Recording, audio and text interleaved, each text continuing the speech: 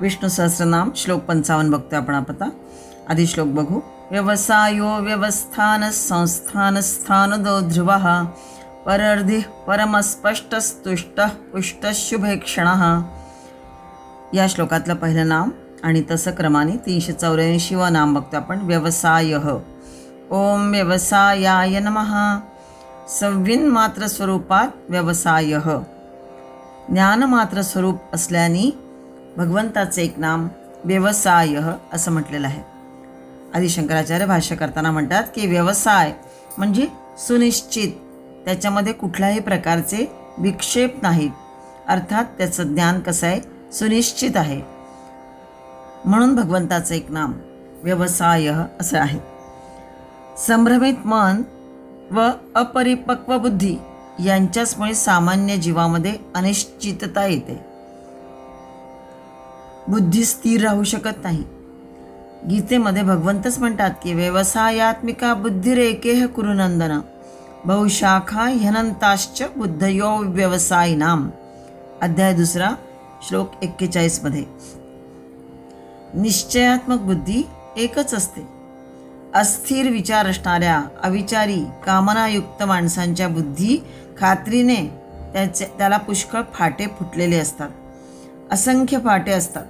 इथे भगवंताला व्यवसाय असं का म्हटलं असेल किंवा व्यवसाय हे नाम का दिलं, तर ज्याच्या स्वरूपाबाबत निश्चय केला जातो, म्हणजेच तेच पद प्राप्त करण्याचा ध्यास घेतला जातो, म्हणून तोच काय आहे, व्यवसाय होय. त्याच ठिकाणी मन बुद्धी असायला हवी, असा तो व्यवसाय. त्याचं ज्ञान व्हावे या इच्छेने प्रयत्न केला जातो, तो परमात्मा व्यवसाय रूप होय. गुरुमुखाने शास्त्र श्रवण करून अहम ब्रह्मास्मी, जीव आणि परब्रह्म किंवा परमात्म्याचा अनुभव करून घेतो जेव्हा जीव, तेव्हा तो त्याचेच रूप होऊन जातो. दोघांमधील द्वैतभाव नष्ट होतो. हे शाश्वत सत्य तो जाणतो. जीवाभावाहून जो पर होतो, मन बुद्धी इंद्रिय अहंकार आणि कर्ता या सर्वांहून पलीकडे जाऊन परमतत्व ब्रह्मस्वरूप जो जीव प्राप्त करतो, हा जो निश्चय आहे किंवा तो प्राप्त करण्याचा जो निश्चय आहे, व्यवसाय त्याने प्राप्त होण्याआधी केलेला असतो, तो परमात्मा कसा आहे, तोच परमात्मा व्यवसाय रूपच होय. जीवाचा जो हा निश्चय आहे किंवा परमपद प्राप्ती म्हणजेच आत्मानात्म विचार होय असं म्हटलं जातं. संशय आणि असंभावना आणि विपरीत भावना या त्रिदोषांपासून मुक्त असा मी ब्रह्म आहे, हा निश्चय ज्याचा झाला तो व्यवसायी पुरुष जीवनमुक्त ज्ञानी होय असं म्हटलं जातं. देहपातानंतर केवळ ब्रह्मज्ञ म्हणजे ब्रह्मज्ञानी तो नसतो, तर ब्रह्मच होऊन जातो. ब्रह्मज्ञ आणि ब्रह्म होऊन जाण्यात फरक आहे. ब्रह्मज्ञ म्हणजे ब्रह्म जाणणारा तो ब्रह्मज्ञ, आणि हा जो जेव्हा जीव त्या पद्धतीचा ते ध्येय समोर ठेवून परमपदाच्या प्राप्तीसाठी जो निश्चय करतो आणि त्यानंतर जो अनुभव घेतो, तेव्हा तो खरोखरच ब्रह्मच होतो. म्हणजे त्या ठिकाणी एकरूप होणं, जीव आणि शिवाचं एकत्व या ठिकाणी दाखवलं आहे, म्हणजे द्वैतभाव नष्ट होतो. ज्यांचा असा निश्चय होत नाही त्यांना काय म्हटलं आहे, त्यांना अव्यवसायी म्हटलेलं आहे. कोहम मी कोण याचा निर्णयात्मक बोध त्यांना कधीच होत नाही, आणि मग ते कधी याचा तर कधी त्याचा अभिमान बाळगतच संसारामध्ये भ्रमण करीत असतात. मग वस्तू असो, व्यक्ती असो किंवा आणखीन काही असो, त्यासाठीच त्यांचे प्रयत्न असतात, त्यासाठीच त्यांचं ध्येय असतं सामान्य जीवाचं, आणि मग त्याचाच ते अभिमानही बाळगत असतात. आणि मग संसारामध्ये त्यांची भटकंती, अशा सामान्यांची भटकंती संसारात सुरूच असते. पण त्यांचं हे भ्रमण परमात्म कृपेने जर त्यांना सद्गुरू भेटून त्यांचं अज्ञान दूर होईपर्यंत चालू राहतं. जर खऱ्या अर्थाने त्यांना सद्गुरू भेटले तर मग त्यांची दिशा बदलते. आणि जी निरर्थक भटकंती आहे ती सुद्धा दूर होते. दिशाहीन जीवन जे असतं ते दूर होतं. संकल्प आणि त्या दृष्टीने ध्येय ठेवून मग तो जीव सद्गुरूंनी सांगितलेल्या मार्गाने जात असतो. कारण सद्गुरू तर खरं तर अनेक असतात, वेळोवेळी मार्गदर्शन करतात, अनुग्रह करतात. व्यर्थ दिशाहीन भटकंतीपासून उच्च ध्येयाची नामाची वाट दाखवतात. परंतु अज्ञानाच्या गर्भागारात नेऊन ज्ञानाचा सत्यज्ञानाचा प्रकाश दाखवणारे मात्र फार थोडे गुरु भेटतात. म्हणून म्हटलंय गुरुस्तु मौनम व्याख्यानम शिष्यस्तु छिन्न संशय. हा गुरु मौन आहे, मौनच त्याचं परमज्ञान होय, व्याख्यान होय असं म्हटलंय. ते त्यांचे मौनच शिष्यांचे संशय दूर करतात. असे गुरु भेटणं हे फार क्वचित असतं, हे भाग्यातच असतं. मौन असणं म्हणजे काय? त्यांच्या आचारात विचारात त्यांच्या दिसण्यातूनच त्यांचे गुण आणि त्यांच्यातला प्रभाव हा शिष्यावर पडतो आणि आपोआपच शिष्याचे सगळे संशय दूर होतात.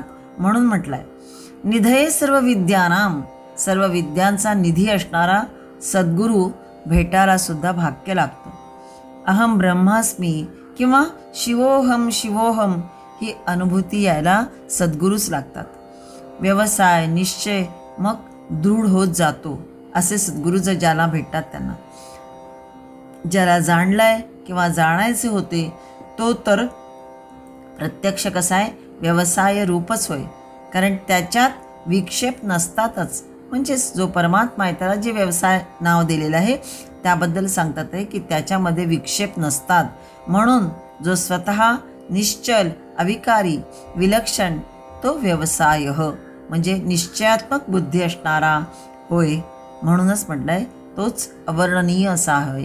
म्हणून त्याचं एक नाम व्यवसाय दिलेलं आहे. कारण तोच कसा आहे स्वतः व्यवसाय स्वरूप आहे, व्यवसाय रूप आहे. म्हणजेच सुनिश्चित असा तोच आहे. त्याच्यात कुठल्याही प्रकारचं विक्षेप होत नाही. त्याचं ज्ञान कसं आहे सुनिश्चित आहे.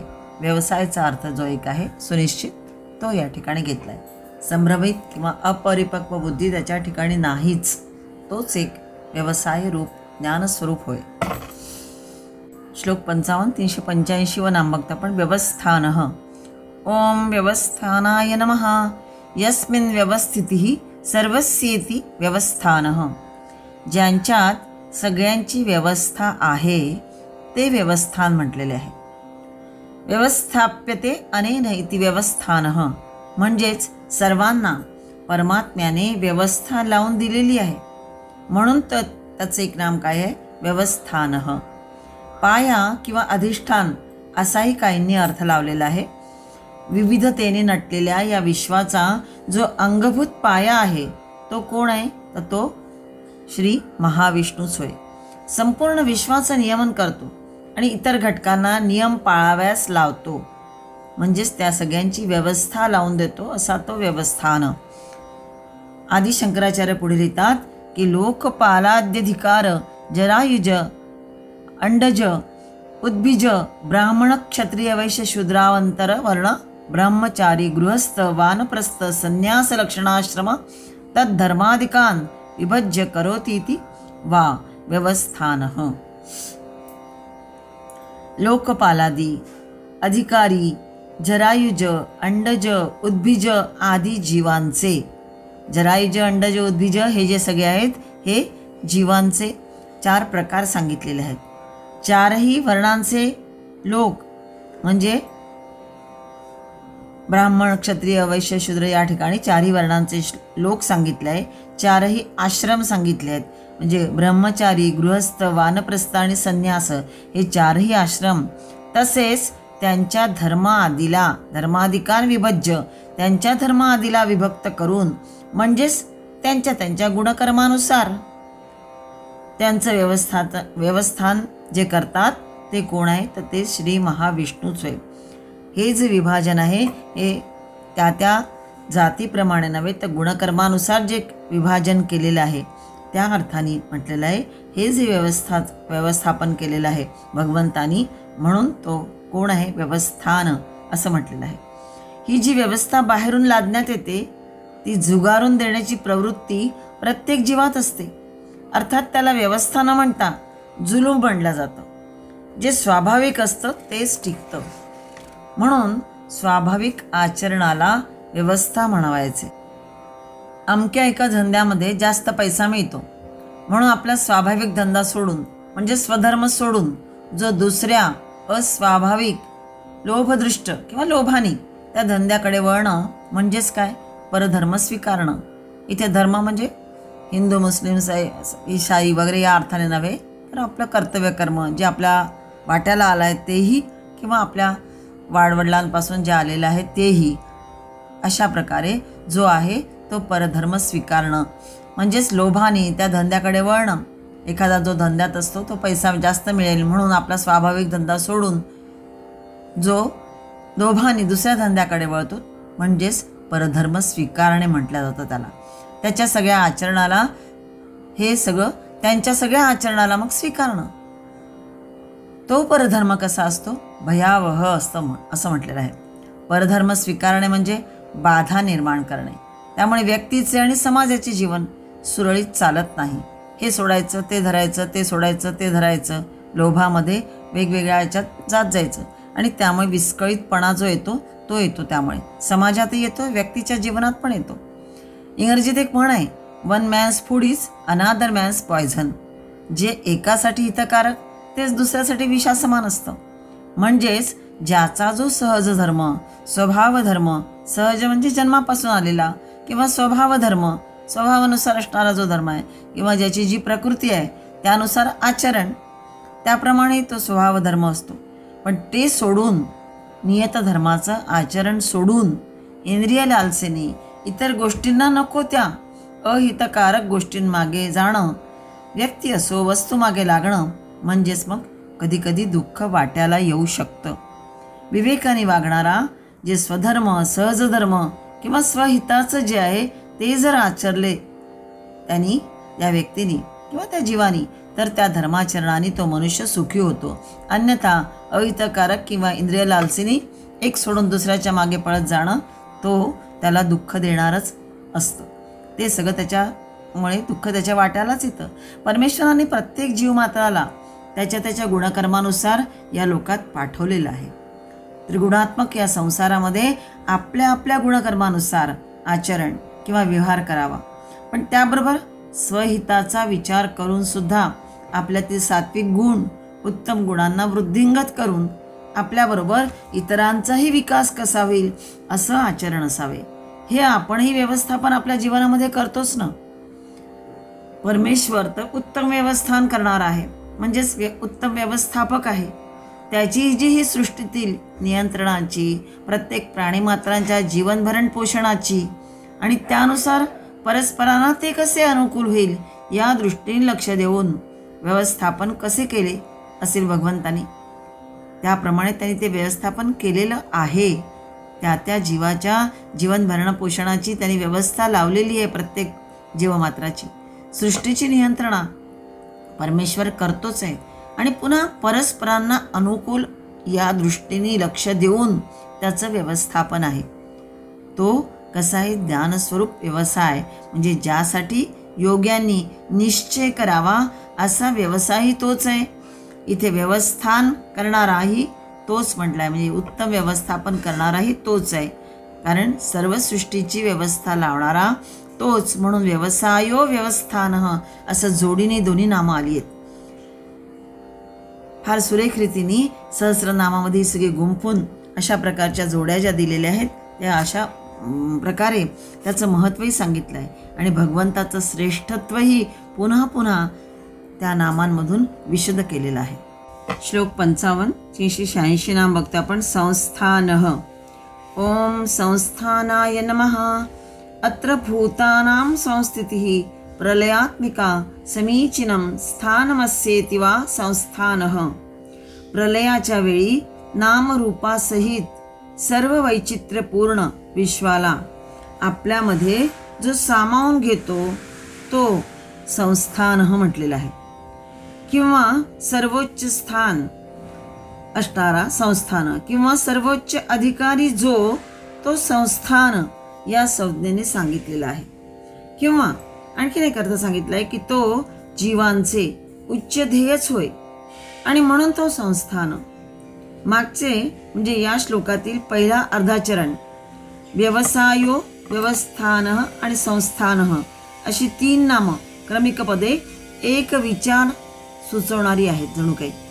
प्रथम एखाद्या कर्माचा निश्चय होतो, त्यानंतर त्या कार्याच्या साधनांची व्यवस्था करावी लागते आणि नंतर शेवटी ते कार्य संपादून मग समाप्त केले जाते.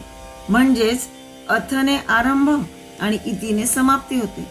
आणि म्हणून आदि शंकराचार्य म्हणतात की अत्र भूतानां संस्थिती प्रलयात्मिका, म्हणजे प्रलयाच्या वेळी नामरूपासहित सर्व वैचित्र्यपूर्ण विश्वाला जे आधी तयार केलेलं आहे त्याचं कार्य झालेलं आहे आणि नंतर प्रलयाच्या वेळी संपूर्ण नामरूपासहित अशा या वैचित्र्यपूर्ण विश्वाला आपल्यामध्ये जो सामावून घेतो तो संस्थान, असं आदि शंकराचार्यांनी भाष्य करताना म्हटलेलं आहे.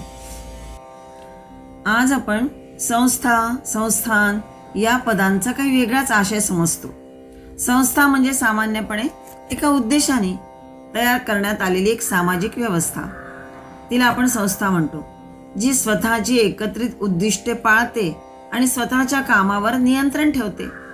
संस्थान म्हणजे एक अकादमी, ज्याला असोसिएशन म्हणता येईल, इन्स्टिट्यूट म्हणता येईल, एक असं संघटन की जे विशेष प्रकारचं कार्य करण्यासाठी स्थापित केलं जातं. परमात्मा या विश्वकर्माचा व्यवसाय आहे, व्यवस्थान आहे, तसा संस्थान सुद्धा आहे. पण इतर संस्था किंवा संस्थाने किती टिकतील किंवा टिकली तर त्यात कधी कमी अधिकता होण्याची शक्यता असते, जी आपण आज व्यवहारात बघतो ती, किंवा ती विलयालाही काही काळाने जाऊ शकतात. इतर जी संस्था किंवा संस्थाने असतात ती कारभार ठीक किंवा उत्तम असेल तर ती चालतात ते अनेक वर्ष, 100 वर्षांचे असे काही संस्थानं आहेत किंवा संस्था आहेत. पण परमात्मा या समस्त संसाराला संस्था देतो, आपल्या ठाई विराम देतो, म्हणून संस्थान आहे. म्हणजे संस्था, परिणती आणि पुन्हा परिसमाप्ती देणाराही म्हटलेला आहे तोच. ज्या स्थानामध्ये सर्व संवेदना, भावना, विचार विलय पावून सुषुप्त होतात, म्हणजे तेवढ्या काळापुरता त्या सुषुप्त होतात, ती स्थिती म्हणजे संस्थान. भेद नाहीसे होऊन मग अभेद स्थिती भगवंत विलयाच्या समयी आणतो. सर्व नामरूपाधिकांचा लय करतो. तो कोण? तर तो भगवान श्री विष्णूच होय. त्यावेळी मग सगळ्या संवेदना, भावना, विचार सगळे विलय पावलेले असतात आणि सुषुप्त अवस्थेत असतात. जसे जोंधळ्याच्या दाण्यापासून जोंधळ्याचं रोप अंकुरतं आणि वाढतं, हे त्याचं काय झालं? प्रस्थान होय. कणीस धरलं, भरलं आणि मग त्याची पुढे वाढ खुंटते. आधी कणीस धरतं, मग त्यात दाणे येतात, मग त्यांची नंतर वाढ खुंटून जाते. हिला कुंठा म्हणजे संस्थान होय असं म्हणतात. किंवा आत्मदर्शनासाठी सर्व साधना चालतात. आत्मदर्शन झाले की त्या सफल होऊन कुंठित होतात. म्हणून गीतेच्या 4थ्या अध्यायात लिहिलंय की सर्वं कर्माखिलम पार्थ ज्ञाने परिसमाप्यते. इथे सर्व कर्म म्हणजेच काय? वर्णाश्रम धर्मादी कर्म, वेद वचनानुसार केलेले सगळे यज्ञ, दान, तप इत्यादी कर्म, समस्त साधना जेव्हा प्रस्थानाकडे म्हणजेच ज्ञानामध्ये म्हणजेच आत्मज्ञानामध्ये त्या सगळ्या परिसमाप्त होणे म्हणजे सफल होणे, म्हणजेच संस्थित होणे. एकदा ते सगळं झालं की मग तिथे परिसमाप्तीची वेळ येते, म्हणजेच ते सफल झालं, म्हणजे संस्थित होणं त्याला म्हणता येईल. अशा प्रकारे कर्म मात्राला आणि विकर्म मात्राला अकर्मामध्ये म्हणजेच करून न केल्यागत करणारा कोण आहे? तर तो परमात्माच. आणि म्हणून त्याला म्हटलंय संस्थान म्हटलेलं आहे. विष्णू सहस्रामध्ये कुठे कधी भगवंताच्या रूपावरून नाव आहे, कुठे कधी त्याच्या गुणांवरून नाम आहे, तर कुठे त्याच्या कर्मानुसार नामं आलेली आहेत. अत्यंत सुंदर असं हे विष्णू सहस्रनाम खरोखरच आनंद देणारं आहे. आणि आपल्याला त्यातून अनेक गोष्टींची माहिती हळूहळू मिळत जाते. श्लोक 55 387 नाम बघतोय आपण. स्थान 10. ओम स्थानदाय नमः. आदि शंकराचार्य म्हणतात की ध्रुवादीनाम कर्मानुरूपम स्थानम ददाती इति स्थानदः. इथे द म्हणजे ददाती या अर्थाने देतो. जो ध्रुव आदी भक्तांना त्यांच्या कर्मानुसार स्थान देतो, म्हणून भगवंताला स्थानद ही संज्ञा मिळालेली आहे. जो योग्य स्थान प्रदान करतो तो द म्हणजे ददाती देतो या अर्थाने म्हटलंय. म्हणजेच काय, प्रत्येक प्राणी मात्र आपापल्या विचार कर्माप्रमाणे वासना निर्माण करीत असतो आणि मग त्या वासनाप्रमाणेच त्याला पुढे पुढे जन्म प्राप्त होत जातो, मुक्ती प्राप्त होस्तवर. अर्थातच प्रत्येक जीवाला योग्य असं स्थान मिळतं आणि देणारा कोण, तर तो नारायण होय. आणि म्हणून तो स्थानद म्हटलेला आहे. परमात्मा कर्मफल दाता आहे असं आपण नेहमीच वाचतो, ऐकतो. आता मागील 386 नामामध्ये संस्थान या पदाने परमात्मा हा सर्व संसाराला कुंठित करतो, आपल्याच ठायी तो पुन्हा त्याची समाप्ती करतो. म्हणजेच आपल्याच ठायी कशालाच वाव देत नाही असं म्हटलं तर मग तो स्थानद हे पद त्या विरुद्ध अर्थाने म्हणजेच काय, सर्वाला म्हणजे कशाला स्थान देणारा, वाव देणारा असं म्हणत आहे. तर त्यासाठी एखादा दृष्टांत बघूया. दृष्टांताने जास्त चांगलं लक्षात राहतं. मंद अंधारामध्ये एक दोरी पडली आहे, ती दिसते पण स्वच्छ दिसत नाही, त्यामुळे कोणाला तो सर्प भासतो, कोणाला कोणाला हार भासतो. वस्तुतः दोरीच्या ठाई ना हार ना आर. म्हणजेच परमार्थतः दोरी हाराला आणि हाराला अर्थात स्वेतर म्हणजे स्वतः शिवाय इतर कशालाच वाव देत नाही, जर तसा विचार केला तर. पण भास कशाचा होतो कधी कधी, की सर्प आहे किंवा एखादा हार आहे असं वाटतं, तरी ती हाराला किंवा आराला आधारभूत झालेलीच आहे दोरी. म्हणजेच ती वाटेल त्या आभासाला वाव देतच आहे. कुठे सर्प भासतो, कुठे हार भासतो, म्हणजे कुठल्याही वाटेल त्या आभासाला ती वाव देते आहे. आभास म्हणजे हे परमार्थाच्या भाषेमध्ये किंवा परमार्थ दृष्ट्या झाले. पण व्यवहारतः तिथे पाहणाऱ्याला तो सर्प दिसतो, त्यामुळे भयाने त्याची गाळण उडते. अथवा हाराच्या प्रत्यक्ष दर्शनाने लोभ सुटत आहे, त्यामुळे तो तळमळतो की तो मिळावा म्हणून. उभयतः तो अधीर होत आहे. म्हणजेच काय, परमार्थतः तो आभास असला तरी व्यवहारतः ते सत्यच आहे असं भासतं. म्हणून परमात्मा सर्वांना स्थान देतो, म्हणजेच स्थानदही म्हटलं आहे. आणि कुंठित करतो म्हणजे आपल्या ठाई विराम देतो, म्हणून संस्थान असंही म्हटलेलं आहे. सत्यालाही परमात्माच स्थान देतो आणि सद्रूप, कारण तो सद्रूप आहे. आणि असतलाही म्हणजेच असत जे आहे त्यालाही तो आधार देतो, कारण त्यालाही ते स्थान आहे, म्हणजे कारण तो सर्वाधार आहे. असतही कधीच निराधार राहू शकत नाही, त्याला सत्याची जोड लागतेच. जसे सापाच्या आभासाला सुद्धा दोरीचा आधार हवाच, तसं असतला नेहमी सतचा आधार हवाच. असत असेल तर तिथे सत आहेच, म्हणून तो संस्थानही आहे आणि पुन्हा स्थानदही आहे. म्हणून तोच परमात्मा भगवान विष्णू होय. तोच सर्वांना स्थान देणारा, सर्वांना वाव देणारा आणि सर्वांना पुढे वेळ पडली तर आपल्यामध्येच कुंठित करणारा. सगळ्या अर्थाने संस्थान आणि स्थानद दोन्ही अर्थाने कोण, तर तो भगवान विष्णूच होय. श्लोक 55.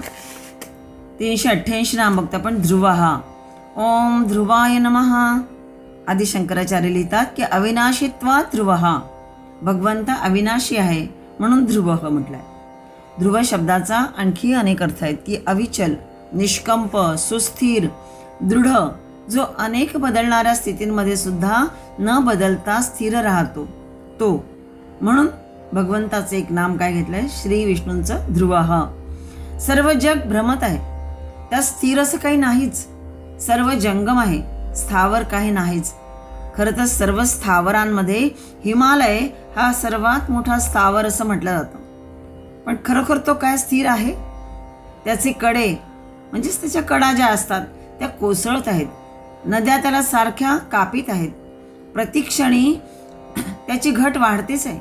आज आम्हाला जो दिसतो तिथे तो एकेकाळी नव्हता आणि कालांतराने तो तेथून नाहीसा होणार हे निश्चित. अशा या क्षणाक्षणाने आणि कणाकणाने बदलणाऱ्या ढिगाऱ्याला स्थावर तरी कसं म्हणायचं? जे जे संहत आहे म्हणजे घन एकत्र जोडलेले ज्याला म्हणता येईल, पूर्ण संबद्ध त्याला संहत म्हटलेलं आहे, ते विलग म्हणजे विहत होणारच. म्हणजे जे जे संहत आहे ते विहत होणार, संघटित आहे ते विघटित होणार. त्रिगुण आणि पंचभूते स्वतः संहत आहेत, मग त्यांचं कार्य हे जग तसं आहे. म्हणजे त्रिगुणांनी आणि पंचमहाभूतांनी मिळून बनलेलं हे कार्य म्हणजे जग आहे. तसं जे आहे त्यात नवल ते काय, हे सारं जग कसं आहे, नश्वर आहे, अनित्य आहे, अध्रुव आहे, त्याला मुळे स्थिती नाही. आणि म्हणून तर त्याला जगत म्हणजे सतत गतिशील, नित्य परिवर्तनशील म्हणावायचे. जगत गत म्हणजे जाणारा या अर्थाने, आणि सतत गतिशील असणारा, नित्य परिवर्तनशील असणारा असा तो म्हणावायचा. जसं जागृतावस्थेतील जग स्वप्नावस्थेमध्ये नाहीसं होतं, आणि सुषुप्तावस्थेमध्ये म्हणजे गाढ निद्रेमध्ये सुद्धा जागृत आणि स्वप्न दोन्हीही नाहीशी होतात. अस्थिरतेच्या महासागराच्या तळाशी जो शांताकार पहुडलेला आहे तो तुरीय ध्रुव होय. जगे येवो अथवा जाओ तो मात्र अभंग होय. संसाराच्या उद्भव स्थिती लयांचा ज्याला कधी स्पर्श होत नाही, आणि ते जे कूटस्थ परमात्म तत्व तेच म्हणावायचे ध्रुव. पण असं म्हणायचं का थोडक्यात? तर हो, शरीर मन बुद्धी आणि बाह्य जगत यामध्ये सतत बदलणार आहे, ते सगळं अस्थिर आहे. परंतु आपल्याला या सर्वांचं ज्ञान करून देणारे जे चैतन्य आहे किंवा जो आत्मप्रकाश आहे तो कधीही न बदलणारा आहे. जो आपल्या आत आहे जे चैतन्य, जे आपल्यामध्ये असणारा जो आत्मप्रकाश आहे, आत्मतत्व जे आहे हे नेहमी आपल्याला आत्मप्रकाश देणार आहे, आपल्याला ऊर्जा देणार आहे, चैतन्य देणार आहे. पण ते मात्र सदैव स्थिर असतं, म्हणजेच तो ध्रुव आहे, अविचल आहे, सुस्थिर आहे आणि निष्कंप आहे. अशा प्रकारे भगवंताचं एक नाम ध्रुव असंही सांगितलेलं आहे. श्लोक 55 389 नाम बघतो आपण. परर्धी. ओम परर्धे नमः. परा रुद्धिः विभूतिः अस्य इति परर्धी. म्हणजे भगवंताची रुद्धी अर्थात विभूती परा आहे, श्रेष्ठ आहे, म्हणून भगवंताचं एक नाम परर्धी असं आलेलं आहे. आपल्याला याआधी श्लोक 51 मध्ये 350वं नाम सुद्धा महर्धीही आलेलं होतं. म्हणजे भगवंताची रुद्धी कशी आहे, महान आहे, विभूती महान आहे, अशा अर्थाने आपण तो सगळा अर्थ बघितलेला होता. भगवंताच्या विभूती या भगवंताचे दिव्य आविष्कारच आहेत. गीतेमध्ये उद्धृत केल्याप्रमाणे भगवंताच्या सर्व विभूती अत्यंत दिव्य भव्य आहे आणि असेच दिव्य भव्य कर्म करणारे आहेत. अर्जुन म्हणतो, हे भगवंत, वक्तुमर्हस्य शेषेण दिव्याह्यात्म विभूतया. ज्या विभूतींच्या योगे आपण सर्वांना व्यापून राहिला आहात त्या सर्व आपल्या विभूती पूर्णपणाने अशेषेण वक्तुम म्हणजे पूर्णपणे सांगण्यासाठी, वक्तुम म्हणजे सांगायला, सांगण्यासाठी आपणच कसे आहात, समर्थ आहात. पुढे म्हटलंय की आपली योग शक्ती आणि विभूती पुन्हाही विस्ताराने सांगा. विस्तरेण आत्मना योगम. आत्मना म्हणजे आपल्या स्वतःची जे योग आहे, विभूती म्हणजे ते सगळं आहे, सामर्थ्य आहे किंवा आपली योग शक्ती जी आहे ती सगळे मला भूयः कथय, पुन्हा सांगा. कारण मे अमृतम शृण्वतः न अस्ति. आपली अमृतमय वचने ऐकत असताना माझी तृप्ती होत नाहीये, म्हणून मला ऐकण्याची उत्कंठा वाढत आहे. भूयः कथय विस्तरेण म्हटलेलं आहे, विस्ताराने सांगा. आणि मग पूर्ण भगवद्गीतेचा 10वा अध्याय भगवंतांनी सगळ्या आपल्या विभूती सांगितलेल्या आहेत. आणि पुन्हा म्हटलंच आहे की नांतोस्ति मम दिव्यानाम विभूतीनाम परंतप. हे परंतप, हे अर्जुना, परंतप अर्जुनासाठी संबोधन वापरलंय की माझ्या या दिव्य विभूतींचा न अंतः अस्ति. मम दिव्यानाम विभूतीनाम न अंतः अस्ति. माझ्या दिव्य विभूतींचा अंत नाहीये. हा विस्तार मी फक्त तुला थोडक्यात सांगितलेला आहे. एषः तू उद्देशतः प्रोक्तः असं म्हटलेलं आहे. मया विस्तरः प्रोक्तः. मी तुला फक्त केवळ थोडक्यात सांगितलं आहे, पण माझा हा विस्तार जो आहे हा भरपूर आहे, पण तो थोडक्यात करून मी तुला सांगितलेला आहे. परा आणि रुद्धी असे 2 शब्द यामध्ये आहेत परर्धीमध्ये. पर म्हणजे श्रेष्ठ महान आणि पुढे रुद्धी म्हणजे स्त्रीलिंगी शब्द आलेला आहे. रुद्धीचा अर्थ आहे ज्याला काय म्हणू, विभूती, सामर्थ्य अशा अर्थाने, श्रेष्ठत्व. रुद्धी शब्द स्त्रीलिंगी आलाय म्हणून विग्रह करताना पर शब्दाचा परा झालेला आहे. म्हणजे विशेषाचं जे लिंग असतं तेच विशेषणाचं लिंग असतं. इथे पर हे विशेषण आहे आणि रुद्धी स्त्रीलिंगी असल्यामुळे परा म्हटलंय. परा रुद्धीही म्हणून परर्धीही झालेला आहे. रुद्धी पर न होता एकत्र जोडताना परर्धी झालाय. श्रेष्ठ आणि वैभव ज्याचे असा तो, म्हणजेच सामर्थ्य, दिव्यता, श्रेष्ठत्व याच्यासारखं दुसरं कोणाचंही नाही. भगवंतासारखं दुसरं कोणाचं नाही.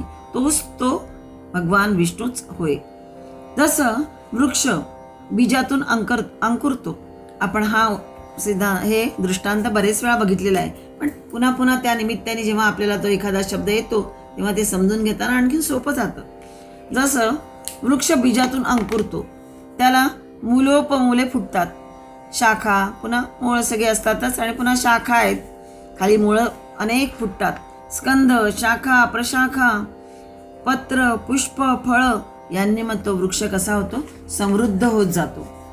मुळे शेषाच्या टाळूला आणि शेंडा आकाशाला भेदून जातो. ही सगळी त्याची महर्दी आहे, म्हणजे समृद्धी होय. पण तिला परर्धी म्हणता यायचं नाही. मागच्या महर्दी शब्दामध्ये आपण नामामध्ये बघितलंय की या सगळ्याला महर्दी म्हणता येईल, कारण शेषाच्या टाळूला ते सगळं मूळ जाणारे आणि शेंड्याला आकाश भेदून जाणारे असेही म्हणता येईल हे सगळं. पण तिला परर्धी म्हणता येत नाही, कारण या बाह्य रुद्धीचा ऱ्हास होतो आणि लोप होतो. हे सगळं कधी कधी लोप पावणार किंवा याचा ऱ्हास पण होणार आहे. पण जिचा कधी ऱ्हास होत नाही किंवा जी कधी लोप पावू शकत नाही तीच काय आहे, अव्यय, अलय, बीजभूत अशी भगवंताची परारुद्धी होय. अशी ही परारुद्धी म्हणजेच विश्वाचा आदिकारण ब्रह्म होय, परब्रह्म होय. विश्वाचा आकार गेला तरी ते कायमच राहतं. ब्रह्म म्हटलंय फक्त, ब्रह्मा नाही. परब्रह्माच्या नाभीतून जो येतो तो ब्रह्मा, पण मूळ याला म्हटलेलं आहे ब्रह्म म्हणजे परब्रह्म. विश्वाचा आकार गेला तरी ते कायमच राहतं. ते विश्वाकाराने वाढत नाही किंवा त्याच्या लोपाने घटतही नाही. ती त्याची अन्य निरपेक्ष स्वायत्त म्हणजे स्वतःचीच वृद्धी आहे. सदैव पूर्णच असते ती, म्हणून ती परारुद्धी म्हणायची. श्रेष्ठ अशी विभूती त्याची, श्रेष्ठ असं त्याचं सामर्थ्य, श्रेष्ठ अशी त्याची दिव्यता, म्हणून परारुद्धी म्हटलेलं आहे. एखादा राजा असतो, त्याला सर्व सुख असतात, पण त्याला संतान नसते. त्यामुळे त्याला साम्राज्य लक्ष्मी कशी वाटते, तुच्छ भासते, कारण तिला पुढे वारस नाही. तात्पर्य काय की लक्ष्मीहूनही लक्ष्मीचा स्वामी हा श्रेष्ठ असतो. हे मानलं, खरोखरच ती परर्धी म्हणायची का? नाही. पण खरं तर ज्या संपत्ती जाताला आपण रुद्धी म्हणतो ती सर्व कशी आहे, बाह्य आहे. रुद्धी म्हणजे संपत्ती या अर्थाने किंवा दिव्य लक्ष्मी या अर्थाने जर म्हटलं तर ती सगळी बाह्य आहे. किंवा त्या लक्ष्मीचा स्वामी हा सुद्धा श्रेष्ठ म्हटला जातो, पण तो परर्धी नाही म्हटला जात. पण आत्मभोग्य, अनात्म असा तो असतो. पण आपल्या आत असणारं जे सामर्थ्य आहे, हे सगळं बाहेरचं झालं जे सांगितलं मग, पण आपल्या आत असणारं जे सामर्थ्य आहे, म्हणजे जे समृद्धी आहे, ती म्हणजेच आपला अंतरात्मा होय. आणि तो खरी वृद्धी आहे आणि ती कोणीही काढून घेऊ शकत नाही आपल्यापासून, कारण ते आमचं निजस्व आहे, बाहेरचं नाही. हे सगळं हे आपल्या आतमध्ये असणारच आहे. आणि ती कधी कधी आपली शक्ती, आपली दिव्यता, आपलं श्रेष्ठत्व याला समजून बाहेर काढायची असते. पण प्रत्यक्षात मुळात जो आहे तिथे बसलेला तो मात्र कसा आहे, परर्धीच आहे, परमश्रेष्ठ असाच आहे. त्याला ओळखून त्याच्यापर्यंत पोचून मग त्याच्यासारखं आपल्याला होण्याची आपण प्रयत्न करणं, म्हणजे मग ती आपल्यामध्ये येणारं परर्धी होईल. पण ही महर्दी होईल आपली, पण ही परर्धी होणार नाही. परर्धी असणारा तो आत्मतत्वच आहे, तो अंतरात्माच आहे आणि ती आमची निजस्व आहे. ज्ञानेश्वर माऊली तर म्हणते की अमोलिक रत्न सापडले तुझं, अमोलिक रत्न सापडले तुझं, कारे ब्रह्मबीज नोळखसी, न कळे न मिळे ना भिये चोरा, ते वस्तू चतुरा सेवी जेसू. इथे वस्तू म्हणजे परमब्रह्माला म्हटलंय, परमात्माला म्हटलंय. अशी ही आपल्या आतच असणारी समृद्धी, दिव्यता, श्रेष्ठत्व जे आहे हे आपल्याला सापडलंय खरं तर, पण आपण ओळखू शकत नाही. न कळे न मिळे न भिये चोरा, त्याला कोणी चोरून सुद्धा नेऊ शकत नाही. अशी ही आत्मवस्तू जी आपल्यामध्येच आहे त्याला अमोलिक रत्न म्हटलेलं आहे. आणि अशा या अमोलिक रत्नाला ओळखा. जी ही दिव्यता, सामर्थ्य आपल्यामध्ये त्यानं दिलं आहे तो तर नक्कीच त्याहीपेक्षा अधिक असेल. पण आपल्यातील ही दिव्यता, सामर्थ्य, श्रेष्ठत्व ओळखून ते बाहेर काढणं म्हणजेच आपल्याला समर्थ करत जाणं होय. पण आपल्याहीपेक्षा तो जो आहे तो समर्थ, दिव्य, श्रेष्ठ, त्यासमोर दुसरा मात्र कोणीच नाही, कोणी होऊ शकत नाही. हेच तर नवल आहे. आणि म्हणून त्याला परर्धी असं म्हटलेलं आहे. श्लोक 55, 390 नाम बघतो आपण. परमस्पष्ट. ओम परमस्पष्टाय नमः. परामा शोभा अस्येति परमः. म्हणजेच मा म्हणजे लक्ष्मी किंवा शोभा, ऐश्वर्य ज्याला म्हणता येईल, ज्यांची शोभा, मा म्हणजे शोभा ही परा आहे, श्रेष्ठ आहे, म्हणून इथे परम आधी आलेलं आहे. किंवा पुढचं म्हटलं आहे सर्वोत्कृष्टो वा अनन्याधीन सिद्धित्वात संवेदात्मतया स्पष्ट. म्हणजे कोणत्या आश्रयाशिवाय, कुठलाही आश्रय न घेता, अनन्यान म्हटलेलं आहे, अनन्य आश्रयाशिवाय ते सिद्ध आहेत भगवंत, म्हणूनही सर्वश्रेष्ठ. परमचा अर्थ जे श्रेष्ठ सांगितलं आहे तिथे सर्वश्रेष्ठ का, तर ते त्यांना कुठलाही आधार लागत नाही, कुठलाही आश्रय लागत नाही, तसेच ते सिद्ध आहेत. पुढे म्हटलंय की संविदात्मतया स्पष्ट परमस्पष्ट. भगवंत ज्ञानस्वरूप असल्याने ते परमस्पष्ट आहे.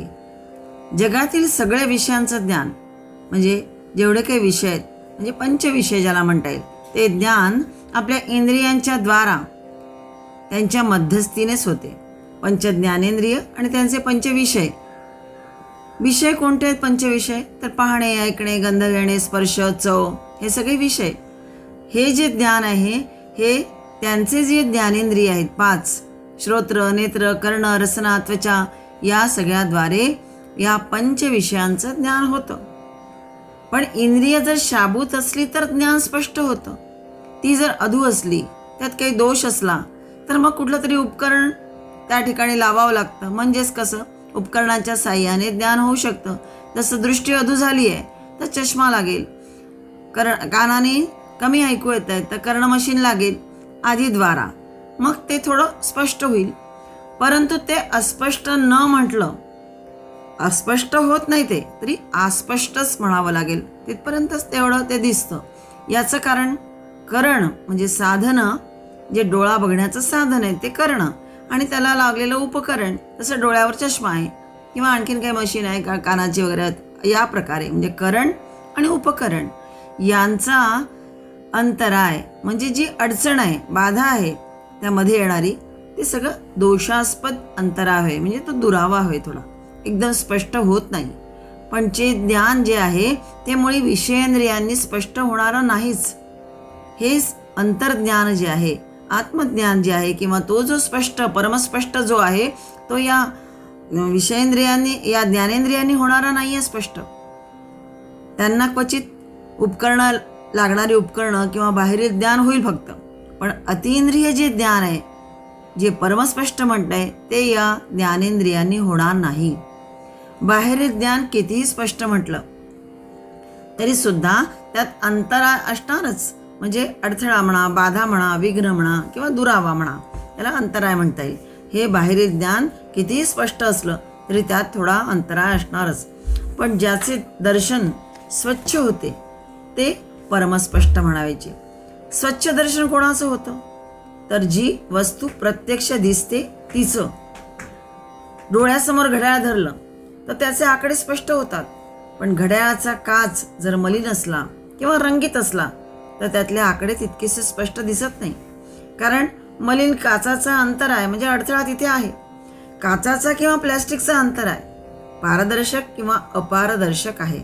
पण इतर अंतर आहे म्हणजे बाधा किंवा अडथळा आल्यास ते आकडेमुळे दिसणारच नाहीत. तसंच आपल्या मनातील जे विक्षेप आहेत म्हणजे विकारादी दोष, त्यामुळे जो परमस्पष्ट असून सुद्धा तो स्पष्ट दिसणार नाही, त्याचं दर्शन होणार नाही. आता विक्षेप म्हणजे काय सांगितलंय तर अंतःकरणाचे 3 दोष आहेत, मल, विक्षेप आणि आवरण. याचा आपण मागच्या वेळेस पण एका नामाच्या वेळेस हे सगळं बघितलेलं आहे की मल म्हणजे तमोगुणाने आलेलं असतं, रजोगुणाने विक्षेप आणि आवरण जे असतं अज्ञान. अज्ञानाचा जर पडदा दूर केला तर ज्ञान सहज होतं. म्हणजे हे मल, विक्षेप आणि आवरण हे सगळे काय आहेत, अंतःकरणाचे 3 दोष आहेत. विक्षेप म्हणजेच काय, मनाची चंचलता, अस्थिरता, अनेकाग्रता. एकाग्रता तिथे नसते, म्हणून त्याने सांगितलंय की मनाला शुद्ध करावं, मन स्थिर करावं, मनाला ईश्वर किंवा ब्रह्माच्या ठिकाणी स्थिर करावं. निरंतर मनाला छल, कपट आणि प्रलोभनांपासून, जे षड्विकार जे आपले छल, कपट वगैरे इत्यादी, काम, क्रोधादी, मत्सर वगैरे सगळे, यापासून आणि प्रलोभनांपासून मनाला दूर करावं. आणि हेच जीवाचं खरं तर कर्तव्य आहे, पण आपण ते सगळं विसरतो. सामान्य जीव, आपल्यासाठी तेच कठीण आहे. या तुच्छ सांसारिक वस्तूच्या लालसेपासून निरंतर स्थिर आणि अचल राहावं असं सांगितलेलं आहे. आणि मग शास्त्राध्ययनाने हे सगळं आवरण, अज्ञान दूर होतं आणि उपासनेने विक्षेप दूर होतो.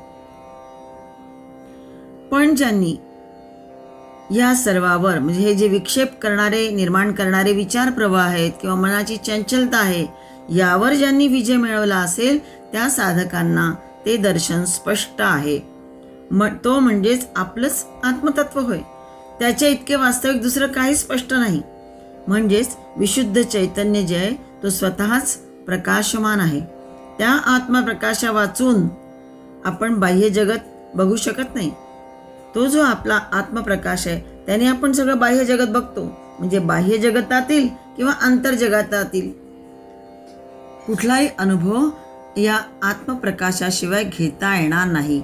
म्हणजेच काय, हे जे आत्मज्ञान आहे म्हणजेच आत्मतत्व आहे ते मात्र परमस्पष्ट आहे. कठोपनिषदामध्ये म्हटलेलं आहे की परायंची खानी व्यतृणवत स्वयंभू तस्मात् परांग पश्यती नांतरात्मन कश्चित धीरः प्रत्यगात्मानमेक्ष दावृत्त चक्षुरमृत त्वामिच्छन. म्हणजे स्वयंप्रगट होणाऱ्या, जो स्वयंप्रगट होतो त्या परमेश्वराने सर्व इंद्रियांची द्वारे कशी बनवली आहेत, आपल्या सगळ्या इंद्रियांची, जे आपलं शरीर आहे याला जी इंद्रिय दिलेली आहेत, ही सगळी ज्ञानेंद्रिय जी आहेत यांची द्वारे कशी आहेत, बाह्यमुखीच बनवली आहेत. पण तो स्वतः स्वयंप्रगट होणारा आहे, स्वयंभू आहे. आणि म्हणून मनुष्य इंद्रियांच्या द्वारा प्रायः बाहेरच्याच वस्तू पाहतो. कोणीही बुद्धिमान मनुष्यच अमरपदाची इच्छा बाळगून अक्षु म्हणजे चक्षु आदी इंद्रियांना बाह्य विषयांकडून वळवून अंतरात्माला पाहू शकतो. जो कोणी एखादा बुद्धिमान त्याला ते सगळं परमस्पष्ट आहे. एखादा ज्ञानी असतो, मनुष्याणाम सहस्रेषु कश्चित यतती सिद्धये. या सिद्धीसाठी हजारोंमध्ये एखादाच असतो की जो यासाठी प्रयत्न करतो. अशा प्रकारे परमस्पष्ट हे नाम भगवंतासाठी सांगितलं आहे. परम स्पष्ट हे 2 पद यात आलेली आहेत. परम म्हणजे परामा यस्य सह परम, ज्याची लक्ष्मी म्हणजे वैभव, ज्याचं ऐश्वर हे कसं आहे, श्रेष्ठ आहे, अलौकिक आहे, जे कधी वर्णन करता येत नाही, अवर्णनीय असा आहे अलौकिक, तो परम म्हणायचा. आणि दुसरा स्पष्ट जो पद आलेला आहे त्याच्या लागून स्पष्ट पद आहे. म्हणजेच प्रत्येकाच्या हृदयामध्ये संवित रूपाने, चैतन्य रूपाने अहमिती संस्फुरणारा, स्वतः प्रमाण असणारा तो स्पष्ट म्हणावायचा. अशा प्रकारे परमस्पष्ट, त्या परमस्पष्टाचं ज्ञान कोण घेऊ शकतं, ते जे खरोखरच ज्ञान आहे तो स्वतः ज्ञान स्वरूपच आहे हा परमस्पष्ट. पण जे यासाठी प्रयत्न करतात ते साधक मात्र सगळ्या मनाच्या चंचलतेपासून स्वतःला वाचवतात. आपल्या नको त्या विचार प्रवाहापासून स्वतःला काय म्हणू ज्याला स्थिर करतात. तेच त्या आत्मतत्वाचं, त्या स्पष्टाचं सहज दर्शन घेऊ शकतात असं सांगितलेलं आहे. त्यासाठी साधनाच आवश्यक आहे. आपण मात्र त्यापासून बरंच दूर आहे. प्रयत्न केला तर कदाचित शक्य होऊ शकेल. श्लोक 55. 391 नाम बघतो आपण. तुष्टः. ओम तुष्टाय नमः. आदि शंकराचार्य म्हणतात की परमानंदैक रूपत्वात तुष्टः, एकमात्र परमानंद स्वरूप तोच आहे आणि म्हणून त्याचं हे तुष्ट हे एक नाम आहे, जो नेहमी अत्यंत तृप्त आहे असा. भक्ताने भक्तिपूर्वक अर्पण केलेल्या एखादे पान, फळ, फूल, थोडं पाणी दिलं असेल तरीही मी ते आनंदाने स्वीकारतो. पत्रं पुष्पं फलं तोय यो मे भक्त्या प्रयच्छति तदहं भक्तिपरतमश्नामि प्रयतात्मनः. गीतेच्या 9व्या अध्यायात 26वा श्लोक. भगवंत स्वतः सांगतात की जो कोणी भक्त मला प्रेमाने पत्रम म्हणजे पान, फूल, फळ, पाणी इत्यादी भक्त्या प्रयच्छति भक्तिपूर्वक अंतःकरणाने जर देत असेल, अर्पण करत असेल तर तत् अहम ते सगळं मी भक्तिपरतम म्हणजे अत्यंत भक्तीने प्रीतीने मी सुद्धा अत्यंत प्रीतीने ते अश्नामी खातो किंवा घेतो किंवा स्वीकारतो. फक्त भक्तांनी प्रेमपूर्वक अर्पण केलेलं असेल तरच. भक्त्या उपहृत, भक्तिपरतचा संधी आहे. भक्त्या उपहृत म्हणजे भक्तिपूर्वक अंतःकरणाने अर्पण केलं असेल तर ते मी घेतो. म्हणून तुष्ट हे नाम त्याचं आहे. भगवंत तुष्टच आहे. त्यांना कुठली अपूर्णता, कमतरता त्यांच्यामध्ये नाहीच. जे आत्मतत्व आहे हे शरीर, मन, बुद्धी यांच्या पलीकडे असल्याने त्यांच्यामध्ये कुठलीही उणीव नाही, कमतरता नाही. त्यांना काही हवं आहे असंही नाही, कुठली स्पृहा नाही. कारण या आत्म्याचे स्वरूपच कसं आहे, स्वतः परिपूर्ण असंच आहे. ते नित्य तसे असल्याने तो स्वतःच कसा आहे, परमानंद आहे. आणि म्हणूनही भगवंताचं नाम तुष्ट हे योग्यच आहे. जीवाला आपल्या सुखासाठी बाह्य जगावर अवलंबून राहावं लागतं. म्हणजे जीवाचं सुख कसं आहे, पराधीन आहे. आणि या पराधीनतेचे दुसरं नाव काय आहे, दुःख. ते असल्यामुळेच मग तो उद्योग करतो सुखासाठी. आणि कधी कधी त्यातून जे आपल्याला मिळतं, कधी सुखासाठी उद्योग करतो पण कधी कधी दुःखही वाटायला येतं आणि मग त्याचा विपर्यास आणि उपहासही होतो. सर्वं परवशम दुःखम सर्वं परवशम सुखम अशी सुखदुःखाची व्याख्या केलेली आहे. परमात्मा सर्वस्वी स्वायत्त असल्यामुळे तो तुष्ट म्हणजेच आत्मना तुष्ट म्हटलेलं आहे. तो स्वतःमध्ये तुष्ट असतो. पण बाकी सगळं सर्वं परवशम जे पराधीन आहे, जे दुसऱ्याच्यावर अवलंबून आहे ते सगळं दुःखकारक कधी कधी असू शकतं. म्हणून सर्वं परवशम सुखम त्याच्यावरच सुखही अवलंबून आहे आणि त्यावरच दुःखही अवलंबून आहे म्हणून असं म्हटलं जातं. पण परमात्म्याच्या बाबतीत मात्र तो आत्मकाम आहे. तो आप्त काम पण आहे आणि पूर्ण काम पण आहे आणि म्हणून तो तुष्ट होय. परमात्मा स्वरूप जे ओळखतात ते हे आत्मधनद्विज संतोष वृत्ती म्हटले जातात. या परमात्मा स्वरूपाला जे ओळखतात ते कसे आहेत, संतोष वृत्ती असणारे, आत्मधनद्विज असणारे. यदृच्छा लाभ संतुष्टो द्वंद्वातीतो विमत्सरः समसिद्धावसिद्धौ च कृत्वापि न निबध्यते.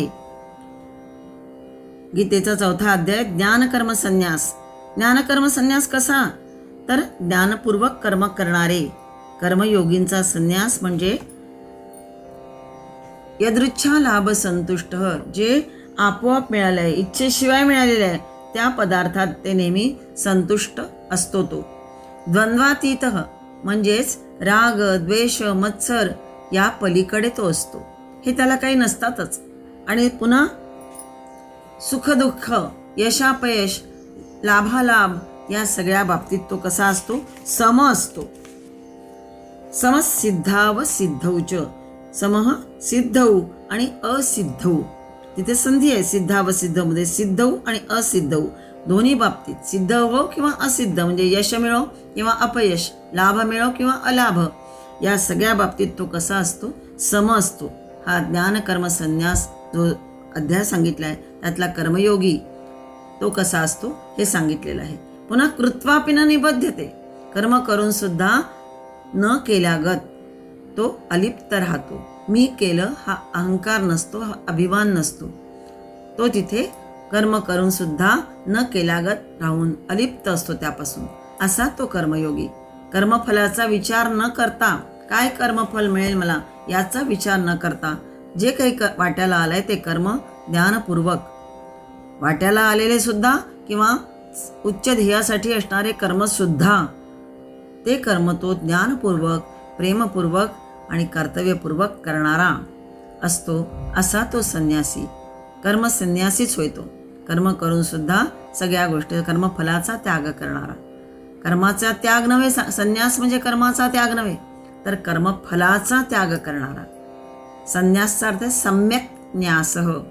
सम्यक म्हणजे चांगल्या प्रकारे, न्यास म्हणजे त्याग करणारा, सोडणारं. जे काही कर्मफल मला मिळणार आहे त्याचा विचार न करता कर्म करत राहणं, पण फलाचा अपेक्षा न करता न्यास करणं म्हणजे तो संन्यासी.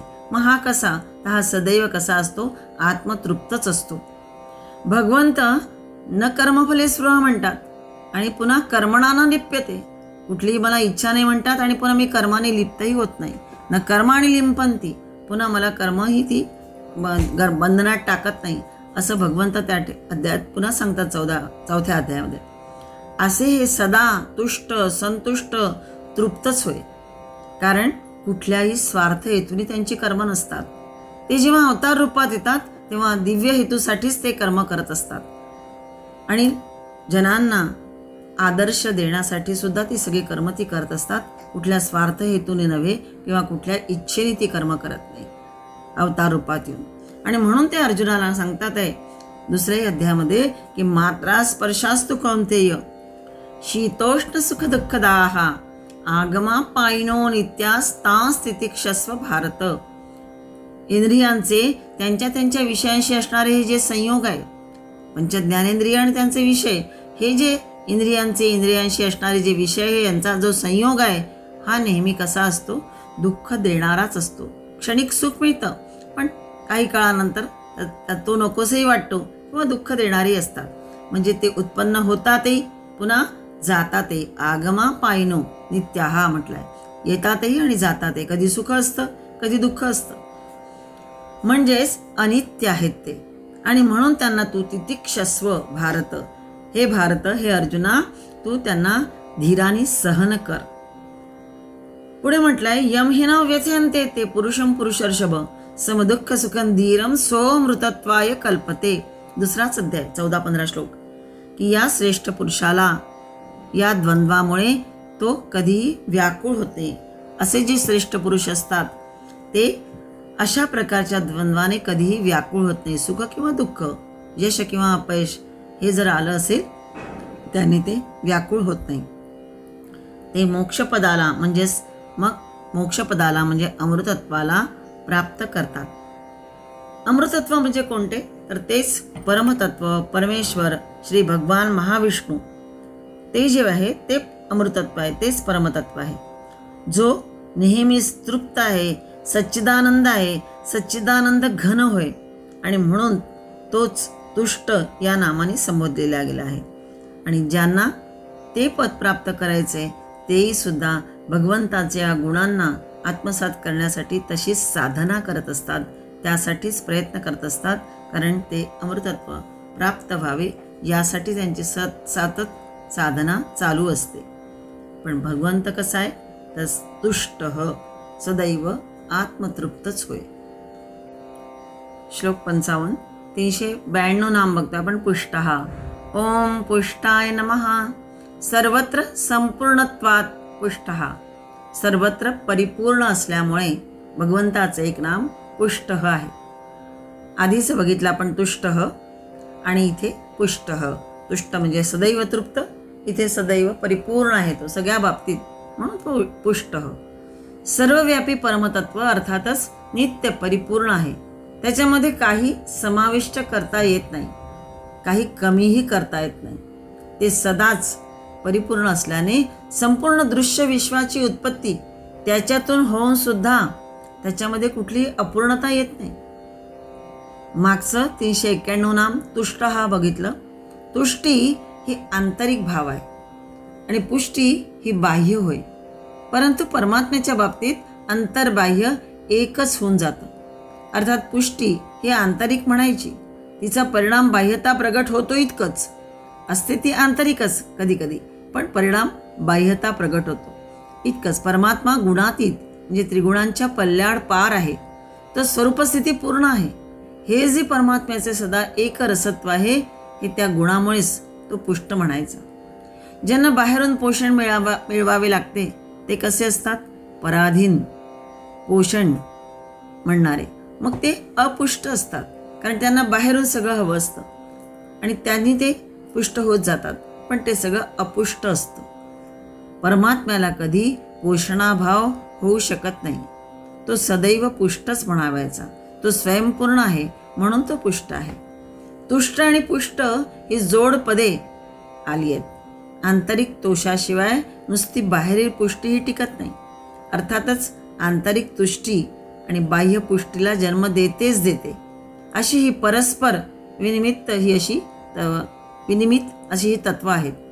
एकाची उणीव आणि दुसऱ्याची उणीव सूचित करते. जर एक कमी असेल तर दुसरं एक कमीच आहे हे सूचित करतं. एकाची सत्ता दुसऱ्याची सत्ता प्रगट करते. अर्थात दोन्ही कसं आहे, परस्पर पूरक आहेत. तुष्टी हे कारण आहे आणि पुष्टी हे कार्य आहे, आणि म्हणूनच आधी तुष्टपद आले आणि मग पुष्टपद आले. थोडक्यात काय, आधी जर सामान्य जीव आतमध्ये संतुष्ट असेल, समाधानी असेल सगळ्या गोष्टींसाठी, तर त्याला कुठलीही कमतरता जाणवत नसेल, कधीही सदैव समाधानी असेल, तर तो बाहेरून सुद्धा शांत तृप्त पुष्ट दिसतो. त्याला काय म्हणू आपण, त्याच्या चेहऱ्यावर त्याच्या शरीरावर ती पुष्टी दिसायला लागते. संतुष्टता जर आतून असेल तर. म्हणजेच आंतरिक जे असतं तेच पुन्हा बाहेर पण दिसतं. पण आतमध्ये जर मनुष्य संतुष्ट नसेल, कुठलं दुःख वेदना यातना शारीरिक असो मानसिक असो कुठलाही असो, ती त्याच्या आतमध्ये असेल, तर त्यामुळे ते सगळं बाहेर दिसतंच. आणि त्यामुळे लक्षात येतं की अरे, याच्या चेहऱ्यावर याच्या डोळ्यांमधून सगळ्या प्रकारे ती कुठेही तुष्टता दिसत नाही. तिथे कुठेतरी कमतरता हे जाणवायला लागतं, म्हणजे तिथे पुष्टी नसते. पण भगवंता बाबतीत काय आहे, भगवंत आंतरिक तुष्ट तर आहेच आणि त्याची त्यामुळे बाहेरही पुष्टी आहेच. म्हणजे तो संपूर्ण परिपूर्ण आहे हेच जाणवतं. त्याच्यात कुठलीही कमतरता नसते. थोडक्यात काय, परमात्मा हा हृष्ट आहे. हृष्ट म्हणजे सदैव सच्चित आनंद आहे. तुष्ट पण आहे. आंतरिक तुष्टता त्याच्यात आहेच आणि त्यामुळेच तो पुष्टही आहे, ज्याच्यात कुठलीही कमतरता नाही. असली अर्थ हिंदीमध्ये आहे, म्हणजे तोच खरा असा सत्य सर्वत्र मान्य बलिष्ठ या अर्थाने सर्वाहून तो बलवान आहे. म्हणजे पुष्टचा अर्थ हिंदीत असाही केला आहे की तो सर्वाहून बलवान. बलदंड पोषण त्याचं खूप व्यवस्थित आहे अशा अर्थाने ज्याला म्हणतात त्याला पुष्ट म्हणतात. इथे आपण घेतलं आहे की हा परमात्मा कसा आहे, खरा आहे, सत्य आहे, सर्वत्र मान्य आहे, सर्वत्र परिपूर्ण आहे, म्हणून तो पुष्ट आहे, म्हणून तो बलिष्ठ आहे आणि म्हणून तो सर्वश्रेष्ठही तोच आहे. सर्वार्थाने तो श्रेष्ठ आहे. अशा प्रकारे तुष्ट पुष्ट हे नाम आपण जोडीने बघतोय. पुढचं नाम बघूया. श्लोक 55 393 नाम बघतो आपण. शुभे क्षणः. ओम शुभे क्षणाय नमः. आदि शंकराचार्य लिहितात की ईक्षणं दर्शनं यस्य शुभं शुभंकरं मुमुक्षुणां मोक्षदं भोगार्थीनां भोगदं सर्वसंदेह विच्छेदकारणं पापिनां पावनं हृदय ग्रंथेर्विच्छेदकरं सर्वकर्मणा क्षपणं अविद्यायाश्च निवर्तकं सह शुभे क्षणः. अनेक वेगवेगळ्या प्रकारे अर्थ सांगितलेला आहे आदि शंकराचार्यांनी. सुरुवातीला म्हटलंय की ईक्षणं दर्शनं यस्य शुभम, ज्याचं दर्शन शुभ आहे तो शुभंकर. पुढे म्हटलंय मुमुक्षुणां मोक्षदम, मुमुक्षूंना मोक्ष देणारा तो शुभे क्षणः. भोगार्थीनां भोगदम, भोगार्थींना कामना त्यांच्या पूर्ण करणारा भोग देणारा म्हणून शुभंकर. नंतर सांगितले सर्व संदेह विच्छेद कारणम, सर्व संदेहांचा नाश करणारा आणि पापीनाम पावनम, पापींना पवित्र करणारा, हृदयग्रंथेर विच्छेदकरम म्हणजे हृदयग्रंथींना तोडणारा, सगळ्या शंका दूर करणारा, सर्व कर्मणां क्षपणम म्हटलंय, समस्त कर्मांचा नाश करणारा, आणि अविद्या याहाच निवर्तकम, अविद्या म्हणजे अज्ञान दूर करणारा असा हा, निवर्तकम म्हणजे दूर करणारा असा हा भगवान श्री विष्णू. त्याला काय म्हटलंय, त्याचं नाव एक शुभेक्षण, म्हणून तो शुभेक्षणच होय. शुभ आणि ईक्षण अशी दोन पदं यात आली आहेत. शुभ म्हणजे ज्यांची दृष्टी सदैव शुभ आहे, भक्तांवर केवळ मांगल्याचा वर्षाव करणारा, ज्याला म्हणजे ज्या साधकाला त्याचे ज्ञान होते तो कसा होतो, वासनातीत होतो, आणि त्यामुळेच मग तो पापमुक्तही होतो. म्हणून म्हटलेलं आहे पुढे की पापीनाम पावनम, जे म्हटलं ते ईक्षण म्हणजे बघणे, दृष्टी या अर्थाने, आणि ज्याची दृष्टी शुभ आहे. सामान्य जीव असंतुष्ट आणि बुभुक्षित असतो, त्यामुळे तो जगाकडे शुभदृष्टीने पाहू शकत नाही. तो आर्त जीव मग कधी जगाला तर कधी जगदीश्वराला बोल लावत राहतो. जगात न्याय नाही, ईश्वर आमच्याच बाबतीत झोपला आहे का, इतरांना कसं सगळं मिळतं, आमचे इतके कुठे चुकलं आहे.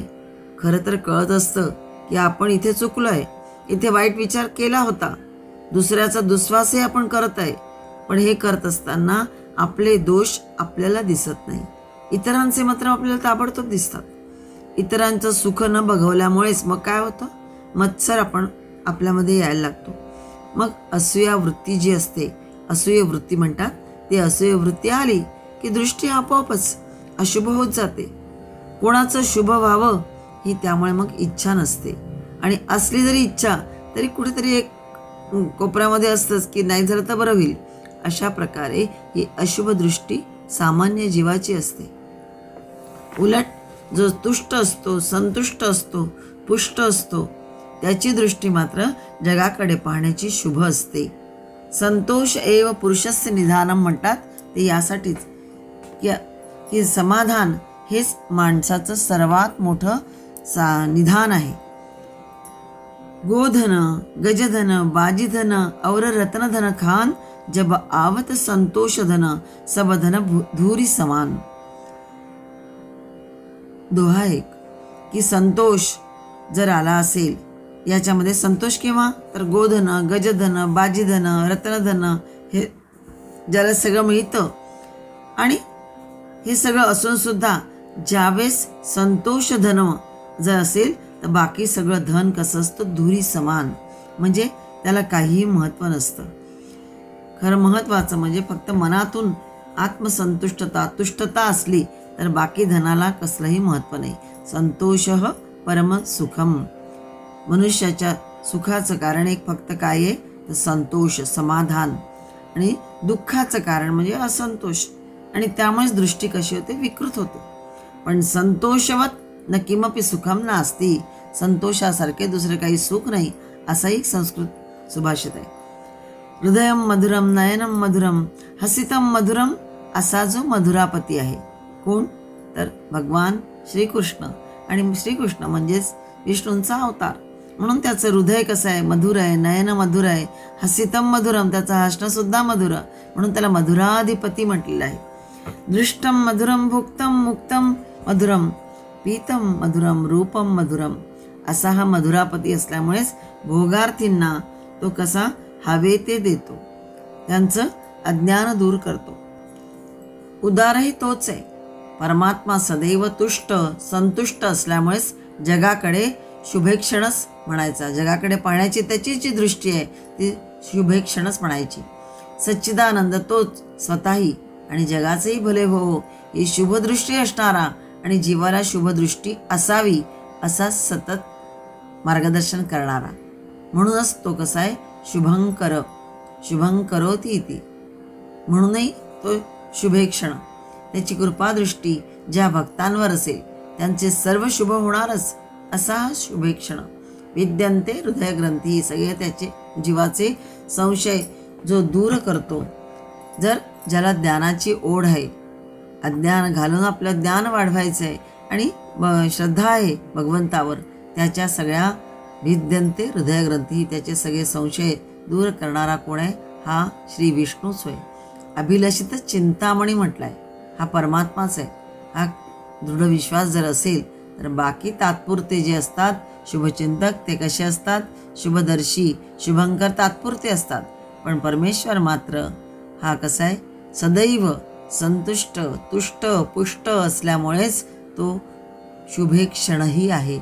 याची दृष्टी नेहमी शुभ आहे, कृपा करणारी आहे आणि भक्तांचं पापसुद्धा वेळ पडली तर दूर करणारा हाच आहे. म्हणून हा शुभेक्षण म्हटलेला आहे.